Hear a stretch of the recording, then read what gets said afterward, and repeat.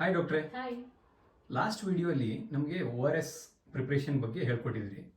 But ಏನಂದರೆ prepare ಮಾಡ್ತಾ ಆಗಲಿ ಅಥವಾ ಅದ್ರ ಯೂಸ್ ಮಾಡ್ತಾ ಏನನ್ನ ಮಾಡಬಾರ್ದು ಅನ್ನೋದನ್ನು ಹೇಳ್ಕೊಡ್ತೀರಾ?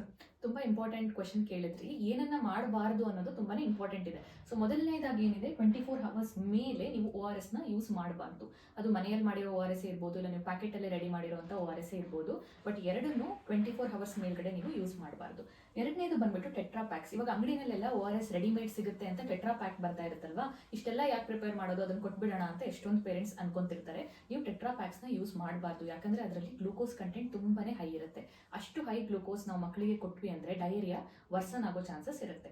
ಮೂರನೇದಾಗಿ ಬಂದ್ಬಿಟ್ಟು ORS ಟು ವಾಟರ್. ನಾನು ಮೊದಲನೇ ವಿಡಿಯೋದಲ್ಲಿ ಏನು ಹೇಳ್ಕೊಟ್ಟೆ, ಆಲ್ವೇಸ್ ಫಸ್ಟ್ ORS ಪೌಡರ್ನ ಹಾಕ್ತೀರಾ, ಆಮೇಲೆ ಅದ್ರ ಮೇಲೆ ನೀವು ವಾಟರ್ನ ಹಾಕ್ತೀರಾ ಅಲ್ವಾ. ಸೊ ಅದೇ ನೀವು ವಾಟರ್ಗೆ ORS ಪೌಡರ್ ಹಾಕಿದ್ರೆ ಕ್ಲಮ್ಸ್ ಫಾರ್ಮೇಷನ್ ಆಗೋ ಚಾನ್ಸಸ್ ಇರುತ್ತೆ. ಸೊ ಆಲ್ವೇಸ್ ಫಸ್ಟ್ ಪೌಡರ್ನ ಹಾಕಿ, ಅದ್ರ ಮೇಲೆ ಬಾಯ್ಲ್ಡ್ ಅಂಡ್ ಕೂಲ್ ವಾಟರ್ನ ಹಾಕಿ. ನಾಲ್ಕನೇದು ಬಂದ್ಬಿಟ್ಟು boiling water to ORS. So ನಾನೇನು ಹೇಳಿದೆ, ಬಾಯ್ಲ್ ಮಾಡಿ ನಂತರ ಕೂಲ್ ಮಾಡಿ ಅಂತ ಹೇಳಿದೆ. ಕೆಲವೊಬ್ರು ಏನು ಅನ್ಕೊಂತಾರೆ, ಬಿಸಿ ನೀರೇ ಹಾಕಿದ್ರೆ ತುಂಬಾ ಸ್ಟೆರೈಲ್ ಆಗ್ಬೋದೇನೋ, ಇನ್ನೂ ಚೆನ್ನಾಗಿ ಎಫೆಕ್ಟ್ ಇರುತ್ತೆ ಅಂತ ಬಾಯ್ಲಿಂಗ್ ವಾಟರ್ನ ORS ಅಲ್ಲಿ ಮಿಕ್ಸ್ ಮಾಡ್ತಾರೆ. ಅದನ್ನ ನೀವು ಮಾಡಬಾರ್ದು, ಯಾಕಂದ್ರೆ ಅದರಿಂದ ಎಲೆಕ್ಟ್ರೋಲೈಟ್ಸ್ ಎವಾಪರೇಟ್ ಆಗುತ್ತೆ ಮತ್ತೆ ಎಲೆಕ್ಟ್ರೋಲೈಟ್ ಇಂಬ್ಯಾಲೆನ್ಸ್ ಆಗುತ್ತೆ. ಅದಕ್ಕಾಗಿ ನೀವು ಬಾಯ್ಲ್ ಮತ್ತೆ ಕೂಲ್ಡ್ ವಾಟರ್ನ ಯೂಸ್ ಮಾಡಿ. ಐದನೇದು ಬಂದ್ಬಿಟ್ಟು ಯಾವ ರೀತಿ ORS ಟೇಸ್ಟ್ ಆಗಬೇಕು ಅಂತ. ಇವಾಗ ಯಾರೇ ORS ಪ್ರಿಪೇರ್ ಮಾಡ್ತಿರಲ್ಲ, ಅವರು ORS ಸೊಲ್ಯೂಷನ್ನ ಒಂದ್ಸಲ ಟೇಸ್ಟ್ ಮಾಡಿ ನೋಡಬೇಕು.